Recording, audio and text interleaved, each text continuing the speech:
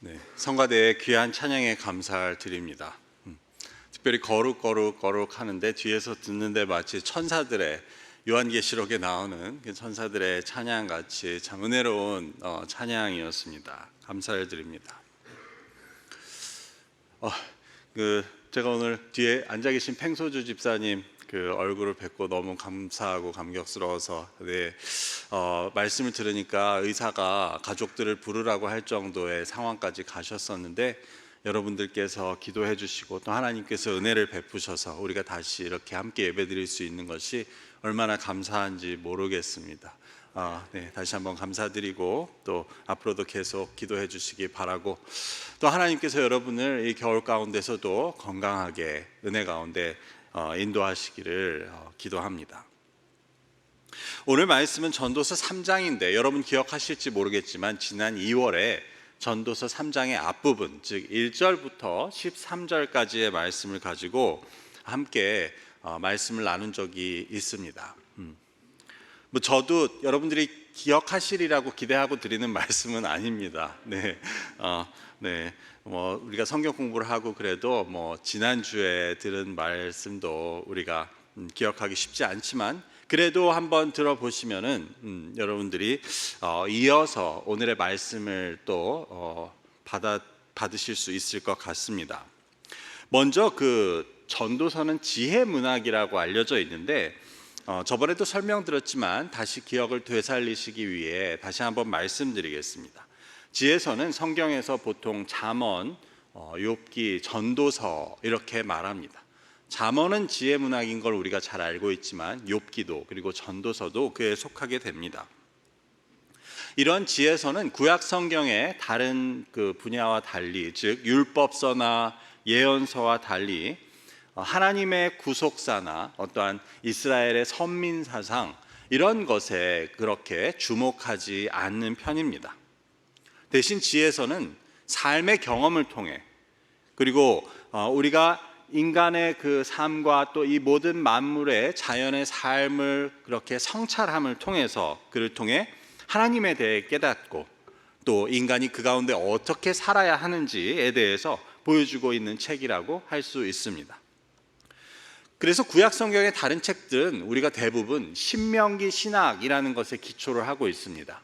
신명기 신학이라는 것은 신명기에 나오는 말씀과 같이 너희가 하나님의 말씀에 순종하면 복을 받을 것이고 너희가 하나님의 말씀에 불순종하면 저주를 받을 것이다 라고 하는 그러한 신학입니다. 그런데 지혜서는 이러한 신명기 신학이 설명하지 못하는 삶의 많은 문제들 그리고 삶의 현실에 대해서 하나님의 뜻과 말씀을 전해주는 책들이라고 할 수 있는 것입니다. 그래서 지난번에는 우리가 전도서 3장의 앞부분의 말씀을 통해 우리의 삶에서 일어나는 모든 일들은 사실 우리의 권한 밖에 있는 일이라는 것을 함께 살펴보았습니다. 내 인생은 나의 것이라고 우리는 노래하고 또 주장하지만 사실 내 인생에서 일어나는 일, 태어나고 죽고 울고 웃고 사랑하고 미워하고 전도서 기자가 말하는 이러한 모든 일들은 사실 대부분 우리의 의지와 상관없이 일어난다는 것입니다. 우리가 원치 않는다고 해서 안 일어날 수 없고 우리가 원한다고 해서 일어나게 할 수도 없다는 말씀입니다. 그로부터 우리는 그렇게 볼 때 지혜로운 사람은 그 모든 일 가운데 하나님께서 주신 그 아름다움을 찾고 누릴 수 있는 사람이 지혜로운 사람이란 말씀을 나누었습니다. 즉 하나님은 이 모든 것을 지으시되 그 인생의 모든 날들을 그 때에 맞게 아름답고 적합하게 지으셨다고, 그렇기 때문에 그 모든 일은 비록 우리의 마음대로 일어나지는 않지만 우리에게 있는 좋은 일이건 나쁜 일이건 우리는 그 하나님께서 주신 것 가운데 그 모든 일의 의미와 그 가치를 깨달으며 살아가는 것이 지혜로운 자의 삶이라는 말씀이었습니다.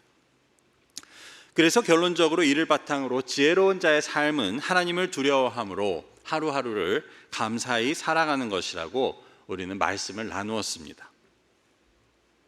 그렇다면 3장의 후반부, 즉 오늘 읽은 말씀을 통해 하나님께서는 우리에게 어떤 지혜를 또 가르쳐 주고 계십니까? 즉 우리는 이 말씀을 통해 우리가 어떻게 사는 것이 지혜로운 삶을 사는 것인지 함께 말씀을 나누고자 합니다. 오늘 말씀은 첫 번째로 지혜로운 자는 하나님께서 다스리심을 깨닫는 자임을 오늘 말씀은 보여줍니다. 하나님께서 다스리신다는 것을 깨닫는 자입니다. 오늘 14절의 말씀을 제가 읽어보겠습니다. 하나님께서 행하시는 모든 것은 영원히 있을 것이라 그 위에 더할 수도 없고 그것에서 덜할 수도 없나니 하나님이 이같이 행하심은 사람들이 그의 앞에서 경외하게 하려 하심인 줄을 내가 알았도다. 여기서 하나님이 행하시는 모든 것이 영원히 있는다는 것은 무슨 말씀입니까? 이는 하나님께서 행하시는 일은 어떤 다른 것에도 방해받지 않고 계속된다는 것을 보여줍니다. 즉 아무도 하나님께서 하시는 일을 없이 할 수도 혹은 변경할 수도 없다는 것을 보여줍니다. 그래서 바로 뒤에서 이렇게 말합니다. 그 위에 더할 수도 없고 그것에서 덜할 수도 없나니. 그럼 여기서 하나님께서 하시는 일은 무엇을 말합니까? 그것은 바로 하나님의 다스리심을 말하는 것인데, 즉 하나님의 뜻에 의해서 이 세상 모든 만물이 돌아가는 것을 말하는 것이었습니다. 전도서 1장 3절에서 전도서 기자는 참 사람의 수고가 무슨 소용인가라고 말하며 이어서 이렇게 설명합니다. 4절부터 7절까지의 말씀을 제가 읽어보겠습니다. 한 세대는 가고 한 세대는 오되 땅은 영원히 있도다. 해가 뜨고 해는 지되 그 떴던 곳으로 빨리 돌아가고 바람은 남으로 불다가 북으로 돌아가며 이리 돌며 저리 돌아 바람은 그 불던 곳으로 돌아가고 모든 강물은 다 바다로 흐르되 바다를 채우지 못하며 강물은 어느 곳으로 흐르든지 그리로 연하여 흐르느니라. 여기서 전도서 기자는 사람이 아무리 애써도 그와 상관없이 모든 것은 늘 변함없이 돌아가고 있다는 것을 보여줍니다. 사람이 왔다가 가는 것, 해가 떴다가 지는 것, 바람이 불었다가 그치는 것, 강물이 온 곳으로 돌아가 다시 흐르는 것, 이 모든 것은 변함없이 계속되고 사람이 어떻게 할 수 없다는 것입니다. 그런데 이처럼 사람의 노력이나 의도와 상관없이 지속되는 이 만물의 모든 활동이 바로 하나님의 다스림을 통해 이루어지는 것임을 깨닫게 되는 것입니다. 그 중에서도 우리에게 있어서 가장 중요한 것은 무엇입니까? 그것은 바로 한 세대가 오고 한 세대가 가는 것, 다시 말해 사람이 태어나고 죽는 것 아니겠습니까? 이 전도서의 기자는 1장 1절에 보면 다윗의 아들 예루살렘의 왕이라고 해서 솔로몬이 지은 것으로 알려져 있습니다. 솔로몬은 이 땅에서 아쉬울 것이 하나도 없이 모든 것을 가지고 모든 것을 누린 그러한 왕이었습니다. 그런데 그 솔로몬도 어쩔 수 없었던 것은 바로 사람의 죽음이었습니다. 내가 모든 것을 내 뜻대로 다 할 수 있고 내가 원하는 것은 다 가질 수 있다고 생각했지만 사실 가만 보면 이 모든 만물이 돌아가는 것에는 내가 어느 하나도 더할 수도 뺄 수도 없고 나와 상관없이 이 모든 만물은 돌아가고 있다는 것을 깨닫게 되는 것입니다. 더욱이 사람이 태어나고 죽는 것에 대해서는 솔로몬 자신도 어떤 힘도 어떤 영향력도 행사할 수 없다는 것을 깨닫습니다. 여러분, 사실 죽음이라는 것이 우리가 가만히 생각해 보면 참으로 신비한 것입니다. 내 몸이고 내 죽음인데 내가 전혀 어떻게 할 수 없는 일입니다. 그런데 가만 보면 사실 죽음만 그렇습니까? 우리가 태어나는 것이 더합니다. 즉 우리가 태어나고 싶다고 해서 태어날 수 있는 것도 아니고 내가 나고 싶지 않다고 해서 태어나지 않을 수도 없다는 것입니다. 뿐만 아니라 내 삶인데 내가 태어나는 시대나 내가 태어나는 장소를 우리 당사자가 전혀 고를 수 없지 않습니까? 그렇게 볼 때 나와 나의 삶의 관계는 무엇이라고 할 수 있습니까? 즉, 나의 삶에서 나의 위치는 과연 무엇이, 어디에 있는 것입니까? 내가 태어나는 것이나 죽는 것, 즉 나의 인생의 시작이나 끝을 내 마음대로 할 수 없다는 그 사실은 바로 우리 인생에 대해서 너무나도 큰 메시지를 주고 있지 않습니까? 태어나고 안 태어나고도 내 마음대로 된 것이 아니고 내가 죽는 것도 내 뜻과 상관이 없다고 한다면 우리는 과연 그 태어남과 죽음 사이에 있는 우리의 삶에서 역시 내가 할 수 있는 것이 무엇인지 의문을 갖게 된다는 것입니다. 혹시 그 사이에 있는 나의 삶에서 내가 무엇을 할 수 있다고 믿어도 그게 무슨 의미인지 우리는 질문을 갖게 됩니다.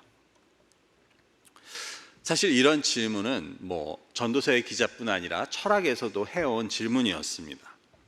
독일의 철학자 하이데거는 우리말로 피투성이라는 개념을 설명합니다. 잘 읽어야 되는데요.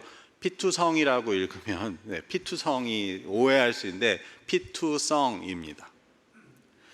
즉 인간의 존재를 고민하던 그는 인간은 세상에 그냥 던져짐을 당한 존재라는 것을 깨닫게 됩니다. 그래서 던져짐을 당하다는 것을 영어로는 thrownness라고 하고 한자로는 당할 피와 던질 투 해서 피투성이라고 하는 것입니다.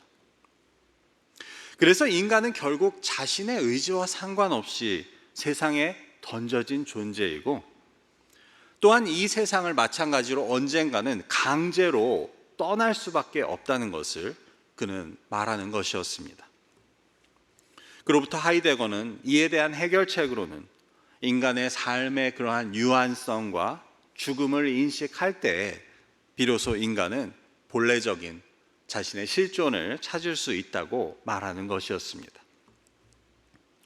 그런데 이와 똑같은 사실을 고찰한 이 전도서의 기자는 조금 다른 결론을 내립니다. 14절의 마지막 부분입니다. 하나님이 이같이 행하심은 사람들이 그의 앞에서 경외하게 하려 하심인 줄을 내가 알았도다. 즉 내가 이 땅에 던져진 존재에 불과하고 내가 내 삶에서 아무것도 내 뜻대로 할 수 없고 오직 하나님이 다스리시는 대로 이 모든 만물이 돌아간다는 사실은 바로 이를 통해 우리가 하나님을 경외하도록 하나님을 두려워하도록 하신 것이라는 말씀입니다. 만일 여러분께서 원하는 것을 다 마음대로 할 수 있다면 우리가 아쉬울 것이 무엇이고 우리가 두려울 것이 무엇이겠습니까? 하지만 솔로몬 같이 모든 지혜와 지식을 얻고 또 모든 낙을 누려보고 모든 집들과 포도원을 짓고 수많은 재물을 쌓아 보았다고 한 사람도 결국 깨달은 것은 내가 죽는 것을 내가 어떻게 할 수 없다는 것이었습니다. 뿐만 아니라 내 한 몸이 죽어서 이 땅에서 없어지는 것은 상관도 없이 태양은 여전히 한치의 오차도 없이 뜨고 지고 또 모든 만물이 변함없이 돌아간다는 것을 깨닫게 됩니다.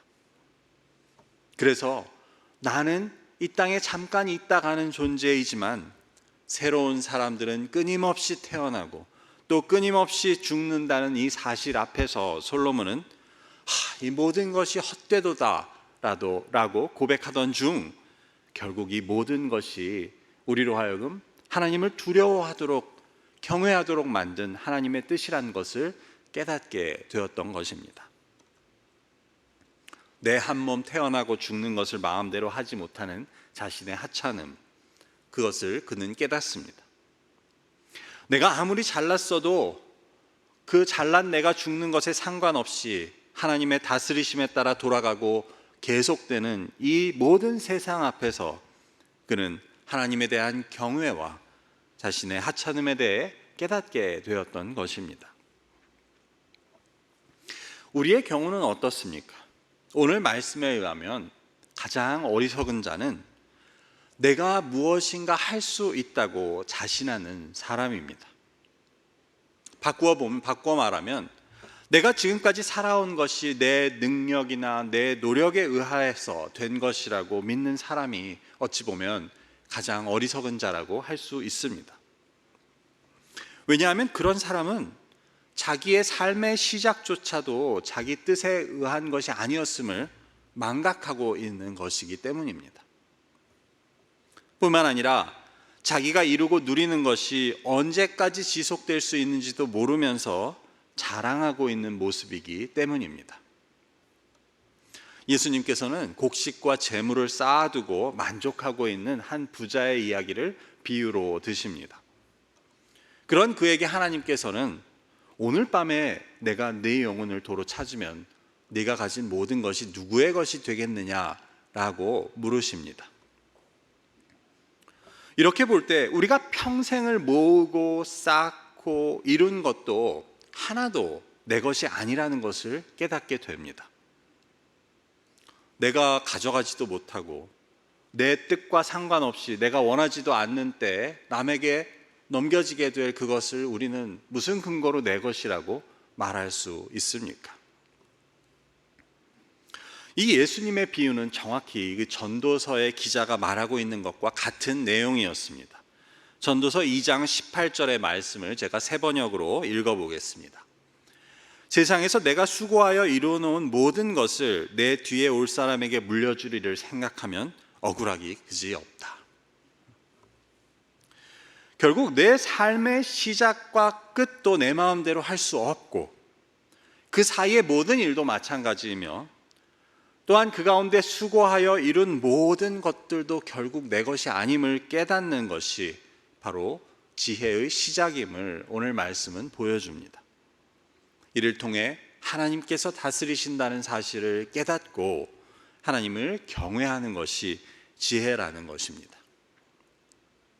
두 번째로 오늘 말씀은 지혜로운 자는 하나님께서 심판하심을 깨닫는 자라는 것을 보여줍니다. 첫 번째는 하나님께서 다스리심을 깨닫는 것이고 두 번째는 하나님께서 심판하심을 깨닫는 것입니다. 오늘 16절의 말씀은 이렇게 기록합니다. 또 내가 해 아래서 보건대 재판하는 곳 거기에도 악이 있고 정의를 행하는 곳 거기에도 악이 있도다. 이 말씀은 우리 인간들이 아무리 이 땅에서 정의와 공의를 외친다고 하여도 그것은 결코 온전할 수 없다는 것을 보여줍니다. 그리하여 재판하는 곳에도 악이 있고 공의가 있어야 할 곳에도 악이 있다는 것은 결국 우리가 살고 있는 이 세상과 나의 삶은 부조리하고 완전하지 못하다는 것을 말하는 것입니다. 이것도 앞에서 이야기한 내 삶에 있어서 내가 어떤 것도 마음대로 할 수 없다는 것과 통한다고 볼 수 있습니다. 왜냐하면 이 역시 우리 인간의 하찮음과 우리 삶의 헛됨을 보여주고 있기 때문입니다. 예수님께서는 선한 분은 오직 한 분 하나님이라고 하셨는데 이는 사람들은 모두 악하다라는 것을 뜻하기보다는 아무리 선한 사람 가운데도 악이 존재한다는 것을 말씀하시는 것이었습니다. 제가 가끔 영화를 보면서 느끼는 것은 이전에는 제가 영화를 보면 이 선과 악이 단순하고 명료하게 아주 표현됐다는 생각을 해보았습니다. 즉 착한 편은 정말 온전히 착하고 나쁜 편은 정말 나쁘게 그려지고 있었다는 것입니다. 그래서 우리는 영화를 보면 마음 편하게 이 착한 편을 응원하고 또 나쁜 편이 빨리 벌을 받게 되기를 기대하면서 영화를 본다는 것입니다. 그런데 시대가 지나며 많은 영화에서 그 선과 악의 구분이 점점 모호해진다는 그러한 느낌을 받게 됩니다. 즉 하나에서 10까지 다 선한 그런 착한 역할도 없고 반면에 악인들에게서도 장점이나 선한 구석을 그리고 있는 것을 우리는 보게 되는 것입니다. 그런데 어떻게 보면 그러한 묘사가 바로 인간에 대한 바른 이해에 가깝다고 할 수 있습니다. 즉 선한 사람에게도 한 구석에는 악한 부분이 있기 마련이고 악한 사람도 하나부터 열까지 다 악하지는 않다는 것이 우리가 현실에서 만나는 진짜 사람들의 모습이라는 것입니다. 그래서 오늘 전도서의 기자도 재판하는 곳에도 악이 있고 정의를 행해야 할 곳에도 악이 있는 그러한 현실을 지적합니다. 하지만 이런 현실을 지적한 후에 그는 그럼에도 하나님께서는 결국 의인과 악인을 심판하실 것이라고 말합니다. 단, 그 때는 언제냐 하면 모든 일과 행사에는 그 때가 있다고 하며 그 심판은 당장 그때 이루어지진 않지만 하나님의 정하신 때에 심판이 있을 것을 전도서 기자는 말합니다. 이를 통해 우리는 이 땅에서는 정말 선이 있어야 할 곳에 버젓이 악이 존재하고 이것은 바로잡히지 않은 채 이 세상은 돌아가는 것 같이 보이지만 그럼에도 결국 하나님께서는 그 정하신 때 그 하나님이 다스리시는 이 모든 세상 가운데 선과 악을 심판하신다는 것을 아는 것이 우리에게 있어 지혜임을 오늘 말씀은 보여주는 것입니다. 그렇다면 이처럼 결국 현실에서 보이는 것과 달리 하나님께서 심판하실 것을 아는 사람들, 그것을 깨닫는 자들의 삶은 어떻게 다르겠습니까? 당장 내가 한 일에 대한 결과가 따라오지 않는다고 해도 옳은 것과 그른 것, 선한 것과 악한 것을 분별해서 행할 수 있게 되는 것입니다. 그래서 지혜로운 자는 결국 하나님께서 선과 악 사이에 심판하실 것을 알기 때문에 당장 내가 행한 선한 일에 대한 보상이나 대가가 없어도 혹은 내가 선을 행하다가 그로 인해 도리어 손해나 어려움이 나에게 닥친다고 하더라도 그것에도 불구하고 계속해서 선을 행할 수 있는 것입니다. 반면에 어리석은 자는 내가 선을 행해도 보상이나 대가가 없으면 혹은 선을 행하다 어려움이나 곤란을 당하게 되면 그것이 의미 없다고, 이게 무슨 의미냐라고 해서 그것을 그만두게 됩니다. 동시에 악을 행했는데 그 대가를 치르지 않고 무사히 지나가게 되는 경우가 있으면 이를 괜찮은 것으로 여겨 그 악을 다시 행하는 자가 바로 어리석은 자라는 것입니다. 이 어리석은 자는 지금 당장 저지를 받지 않으면 악을 계속 행하는 자들로서 그들은 하나님이 정하신 때에 그 모든 것을 가지고 심판하실 것이라는 것을 모르는 자들이라는 말씀입니다. 그런데 여기서 더 나아가 전도서 기자는 이처럼 우리의 행위에 대해서 당장 그때 심판이 따르지 않는 것을 하나님께서 우리를 시험하시는 것으로 설명하고 있습니다. 여러분, 만일 우리가 나쁜 일을 행하면 바로 그 자리에서 벼락이 떨어져서 죽고 우리가 선한 일을 행하면 그 자리에서 돈벼락이 떨어진다고 한다면 누가 선을 행하지 않고 누가 나쁜 일을 행하겠습니까? 그런데 이처럼 하나님께서 바로 심판하시지 않는 것은 우리는 때로는 왜 하나님께서 가만히 계신가? 공의의 하나님이 왜 그냥 악을 지켜보시고 선을 보상하지 않으시는가 생각할 수 있지만 결국 그것은 하나님께서 우리를 시험하시는 것이라는 말씀입니다. 그래서 당장 심판이 없더라도 하나님이 정하신 때에 심판하신 것을 알고 선을 행하는 자는 그 하나님의 시험을 통과해 지혜로운 자가 되는 반면 당장 심판이 없다고 하여 악을 계속해서 행하는 자는 결국 어리석은 자로서 심판을 받게 된다는 것입니다.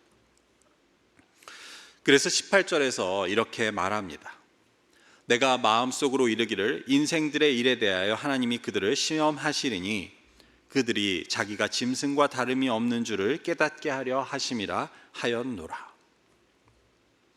여러분, 짐승의 경우는 당장의 보상이나 징계가 없으면 옳고 그름을 따라서 판단해서 행동하기보다는 자기의 본능을 따라 행동하는 것이 짐승입니다.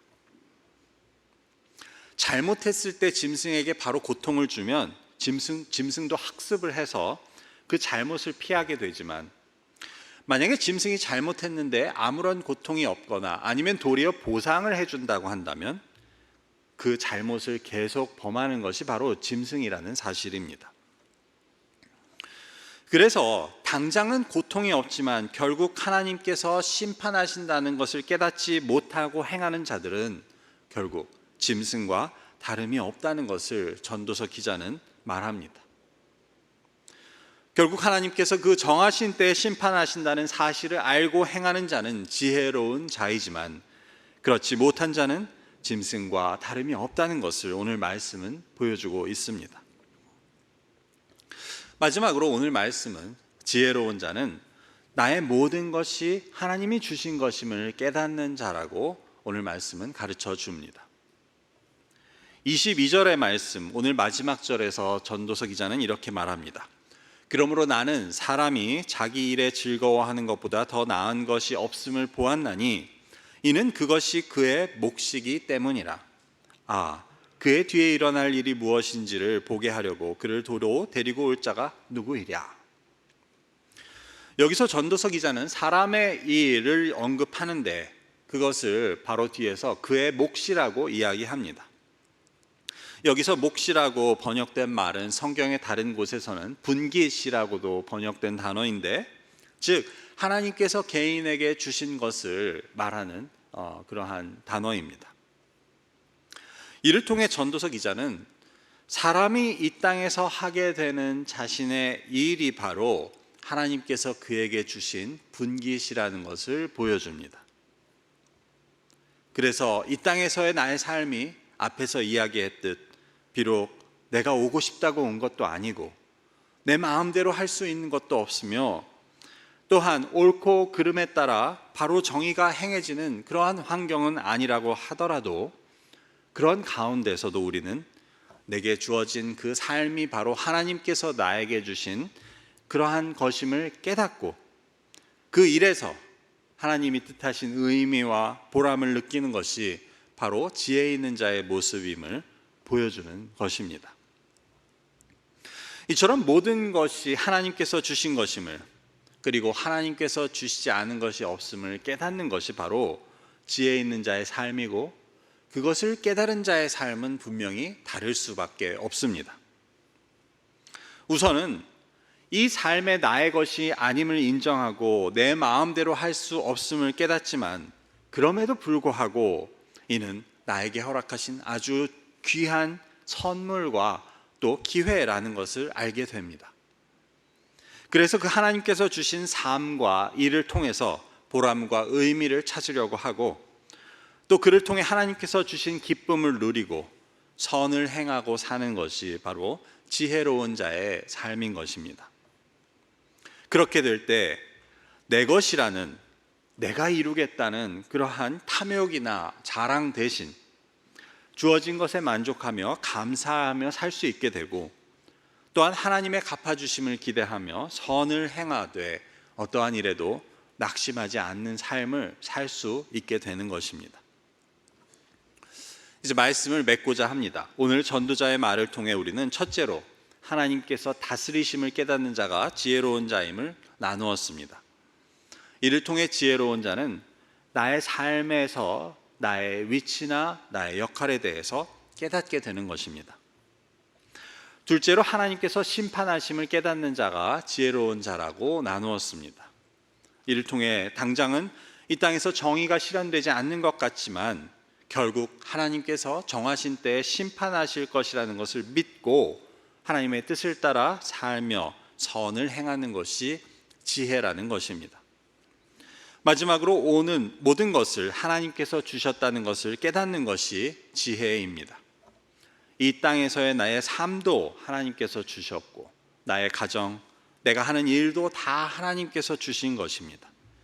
그리고 하나님께서는 우리가 이를 통해 우리가 받은 것을 감사하고 그 하나님 주신 것을 통해 삶의 의미를 찾고 보람을 찾고 그 하나님이 나에게 주신 것들을 통해서 하나하나의 기쁨을 찾아가며 이 삶을 사는 것이 우리에게 지혜라는 것입니다. 이렇게 될 때 우리는 우리의 삶이 불확실하고 우리의 삶이 허무하다고 느껴지는 속에서도 이로 인해 분노하거나 아니면 불안해하거나 혹은 삶을 부정하는 마음에 사로잡히지 않을 수 있습니다. 대신 하나님께서 원하시는 것은 하나님이 내게 주신 나의 삶을 사랑하고 그것으로 인해 의미를 찾고 선을 행하는 가운데 기쁨을 누리는 것임을 우리는 기억해야 합니다. 우리가 불확실하고 허무한 이 현실 속에서 얼마나 이렇게 살 수 있는가 하는 것은 우리가 얼마나 하나님을 신뢰하고 경외하는가 하는 것에 달렸다고 하겠습니다. 하나님께서 다스리시고 하나님께서 심판하신다는 것을 깨달을 때, 그리고 확신할 때 우리는 우리에게 주신 분깃에 감사하며 기쁘게 살아갈 수 있는 것입니다. 오늘 본문 마지막 22절의 끝에서 전도서 기자는 이렇게 말합니다. 제가 새 번역으로 읽어보겠습니다. 사람이 죽은 다음에 그에게 일어날 일들을 누가 그를 데리고 다니며 보여주겠는가? 이 말을 통해 전도서 기자는 우리가 죽은 뒤에 하나님께로 돌아가는 것에 못지않게 이 땅에서의 삶을 어떻게 사는가 하는 것이 중요하다는 것을 강조합니다. 오늘 말씀을 통해 하루하루의 삶 가운데 하나님께서 다스리시며 심판하신다는 사실을 잊지 않고 살아가시는 지혜로운 저와 여러분이 되시기를 바랍니다. 또한 이 모든 삶은 하나님께서 주신 것임을 깨닫고 하나님께서 뜻하신 대로 이를 통해 삶의 의미와 보람을 찾으면서 하나님이 주신 기쁨, 그런 삶 가운데 주신 기쁨을 누려가며 복된 삶을 살아가실 수 있는 저와 여러분이 되시기를 주님의 이름으로 축원합니다. 기도하겠습니다. 아버지, 감사합니다. 우리가 우리의 삶을 볼 때 참 내가 오고 가는 것도 내 마음대로 하는 것이 아니고 내 마음대로 되는 것이 없는 것 같이 보이며, 또한 이 땅에 되어가는 모습들을 볼 때 과연 정의나 공의가 실현되는지, 이 땅 가운데 우리가 정말 허무함과 또한 부조리함을 깨달을 수밖에 없지만, 오늘 말씀을 통해 그 가운데서도 하나님께서는 우리로 하여금 하나님께서 다스리시고 결국 하나님께서 심판하신다는 것을 깨닫고 이를 통해 하나님을 경외하기를 원하신다는 것을 우리가 깨닫게 됩니다. 하나님, 어리석은 자와 같이 하나님을 알지 못하고 살아가는 것이 아니고 오늘 말씀의 지혜로운 자와 같이 이 모든 우리의 삶의 환경과 상황 가운데서도 온전히 하나님을 경외함으로 하나님의 지혜로운 자의 복된 삶을 살 수 있는 저희가 되게 하옵소서. 예수 그리스도의 이름으로 기도드립니다. 아멘.